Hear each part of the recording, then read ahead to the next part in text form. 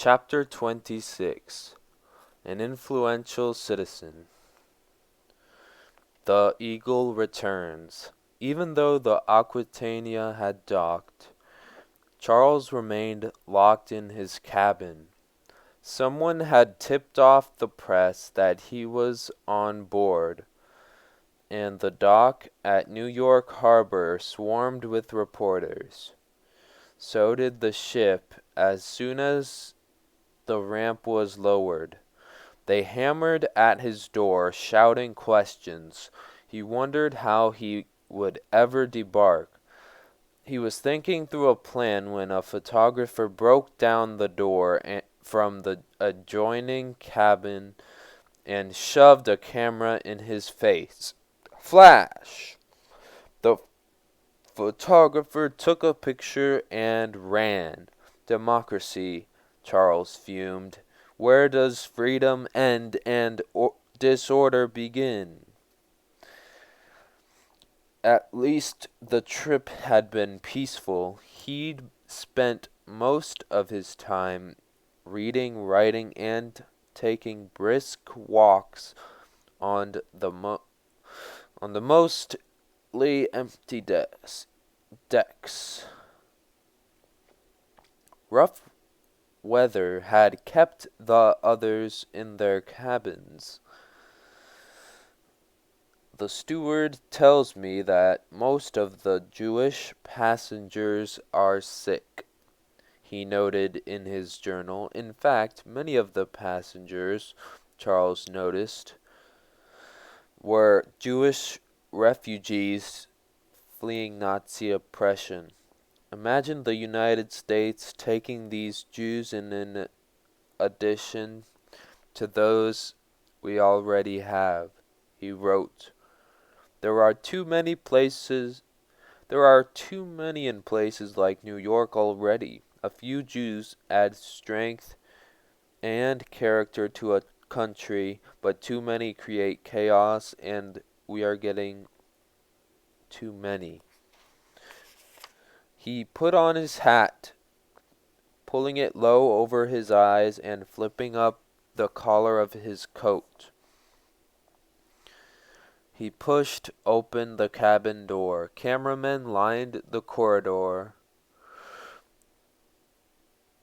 After stepping into a blaze of flashbulbs,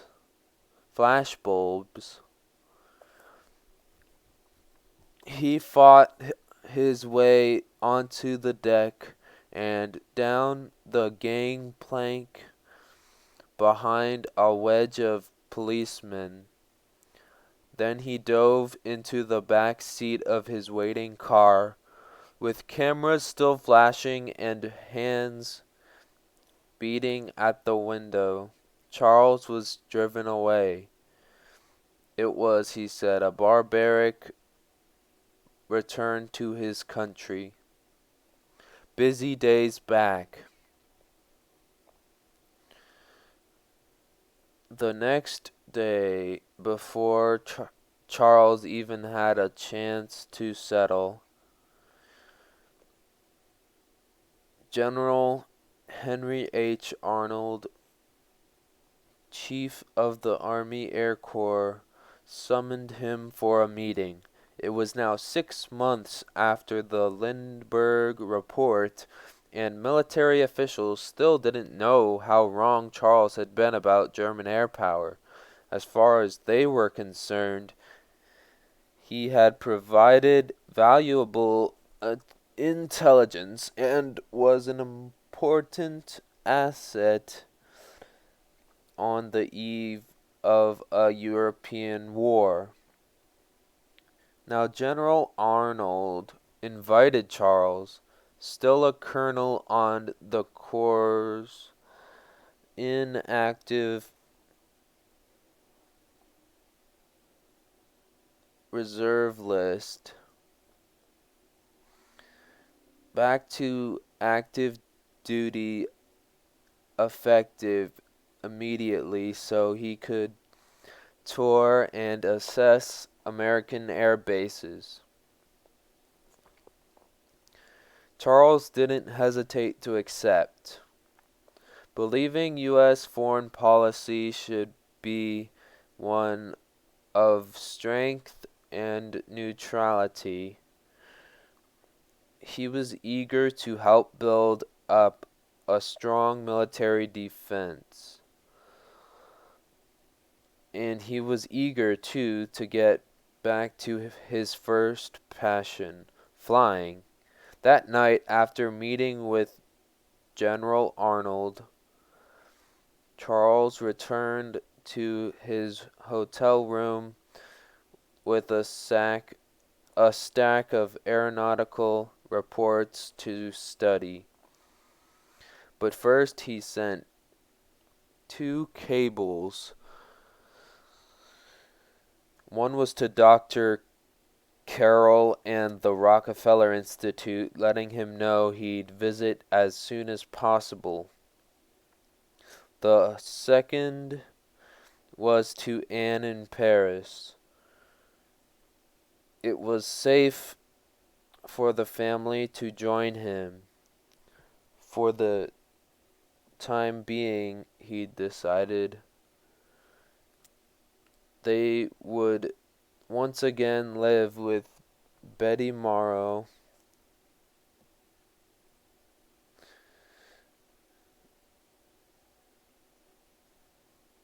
at Next Day Hill. 5 days later, on April 20th, Charles was informed that President Franklin D. Roosevelt wanted to thank him personally for returning to active duty. Ushered into the Oval Office, Charles found FDR sitting behind his desk. This was the first time the two men had ever met, although they had dueled politically 5 years earlier. It had happened in 1934 when Roosevelt suddenly canceled all commercial airmail contracts between the government and 30 airlines, including TWA, formerly TAT, the Lindbergh line. Going forward, he ordered the Army Air Corps would carry the mail.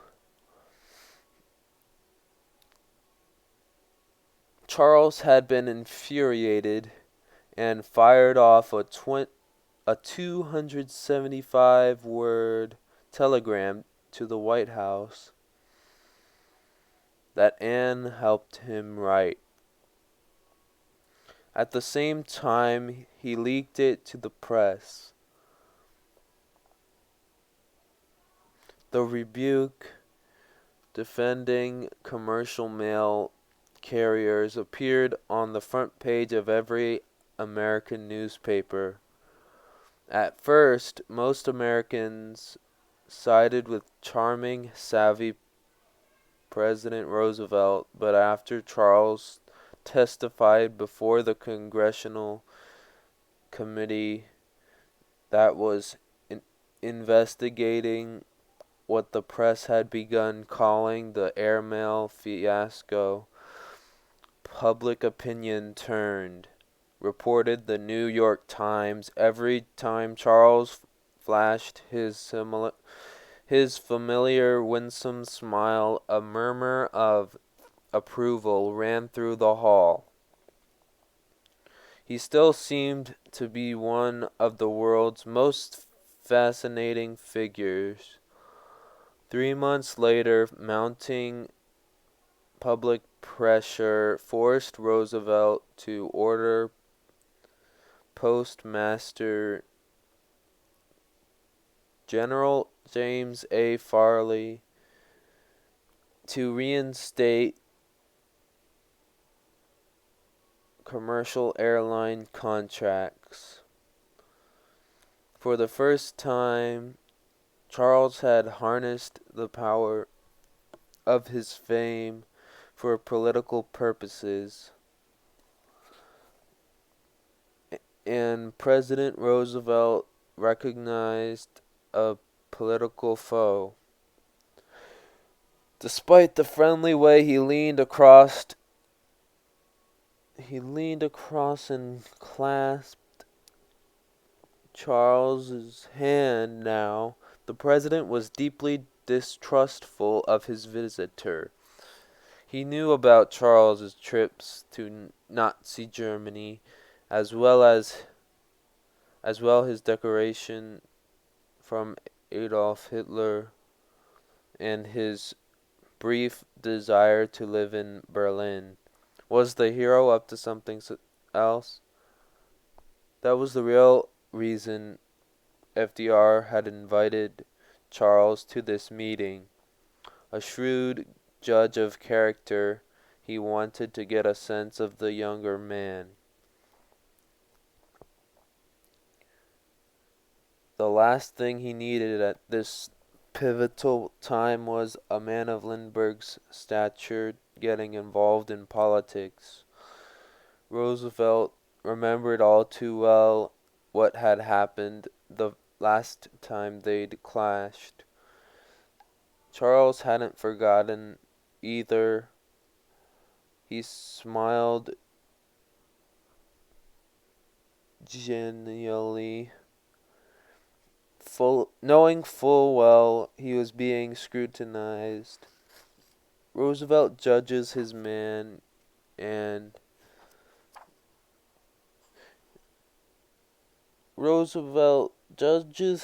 quickly and plays him cleverly, he wrote that night in his journal. There was something I did not trust, something a little too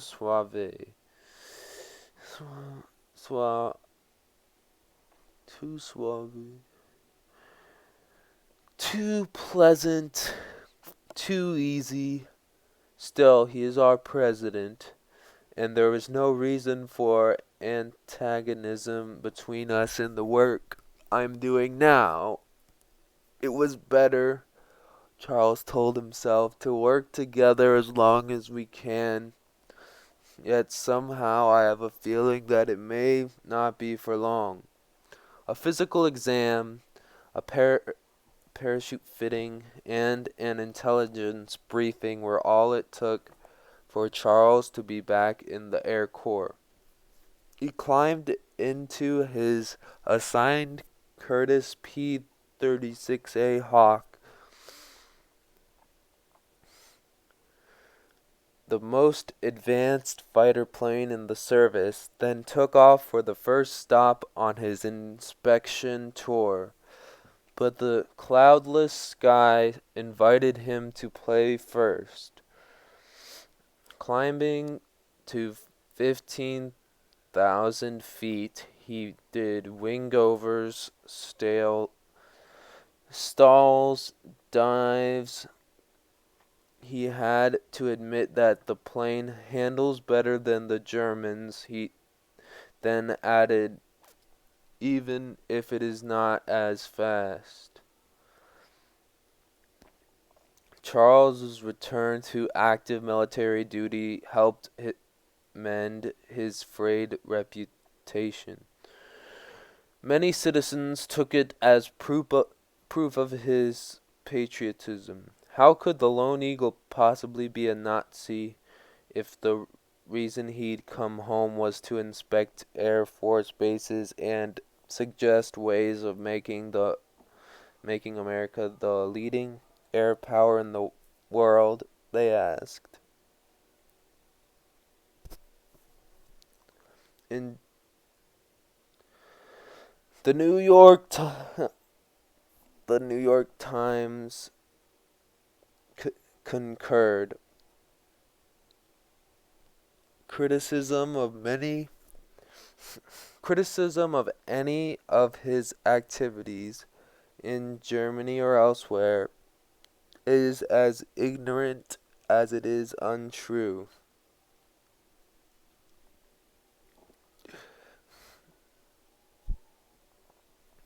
It wrote that spring. Lindbergh.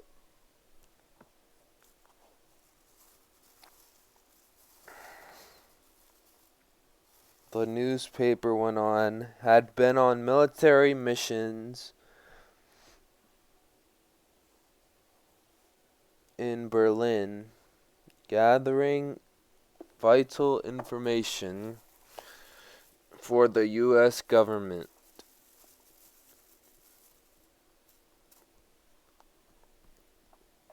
This work had earned him some personal unpopularity, but any poor opinion founded on the belief that he has not been a patriot is ill-founded indeed. Over the next 3 weeks, Charles made 23 inspections. At every airbase on his schedule, he told servicemen that the Germans were superior in the air and probably unstoppable on the ground. The United States, he warned, had lots of catching up to do. Additionally, he described the vibrant new Nazi-infused spirit he'd found in Germany and compared it to the weakness of Britain and France. It was imperative, he said, for the sake of Western civilization that America stay out of Germany's way as it guarded against the West's true enemies.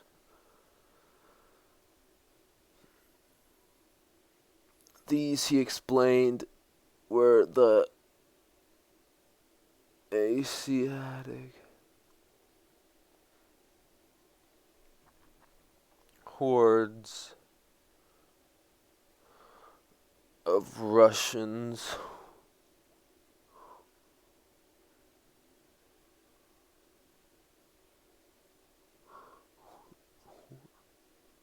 Chinese, and Japanese.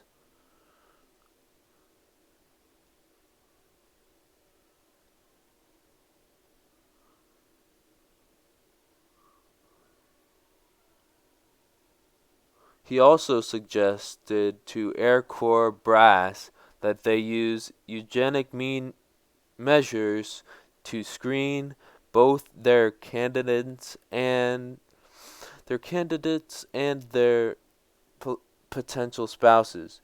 He even advised that they be given the final say in those marriages. Wisely, the Air Corps chose not to act on this recommendation.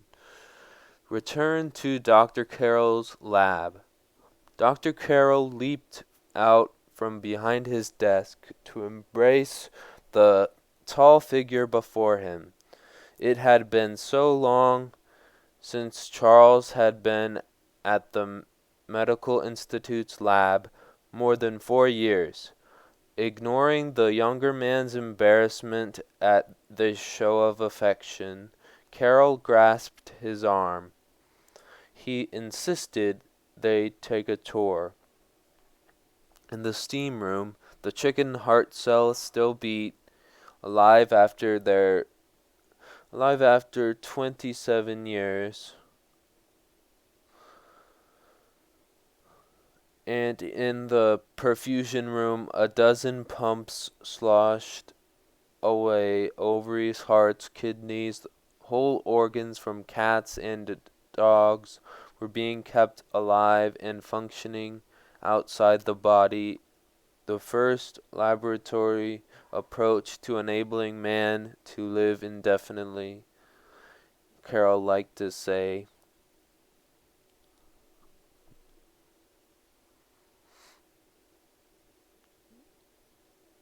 Charles remained silent as they moved on to the Mausery.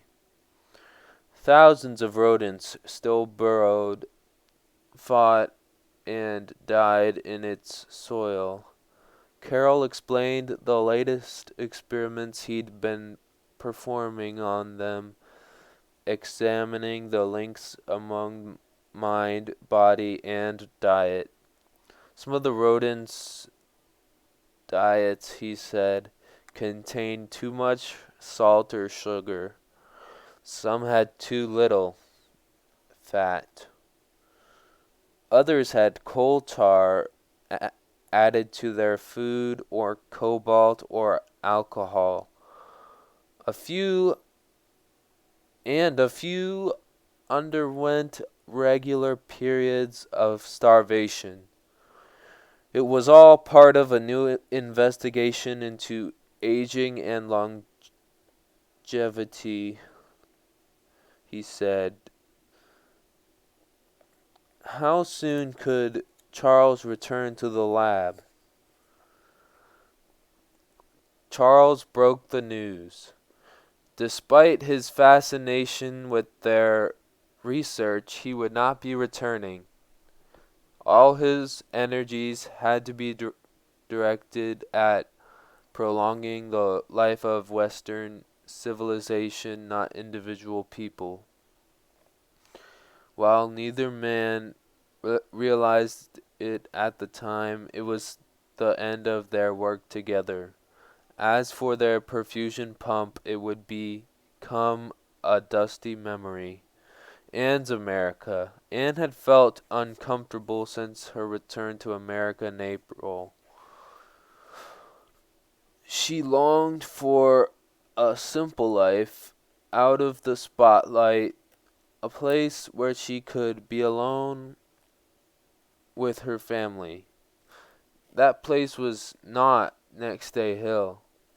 The Morrows estate was too busy and crowded, constantly bustling with Betty's charity activities. Along with the four Lindberghs, Anne's sister Constance and her husband Aubrey lived there, as well as Anne's brother Dwight Jr. and his wife Margot. The hours spent arranging what nights are free for whose guests and what cars will take who into town, etc., exclaimed Anne. At the end of June, they moved to a rented house at Lloyd Neck, Long Island. Land and the dogs loved the place immediately, but John whined with homesickness, declaring, "It isn't like Iliac." Soon, though, he found a cherry tree to climb and went swimming in the Sound. On that first day in their new home, after the boys were in bed, Anne sat outside as the bell buoy chimed and some nearby sheep baaed. She prayed she could keep this place as peaceful as it seems to me tonight for Charles, and that I can accomplish something here. Summer passed. The war clouds over Europe darkened, and Charles still mulled over his actions and should war erupt. He wanted to keep his fellow Americans from getting embroiled in the conflict. But how? He was still considering possibilities when German troops invaded Poland.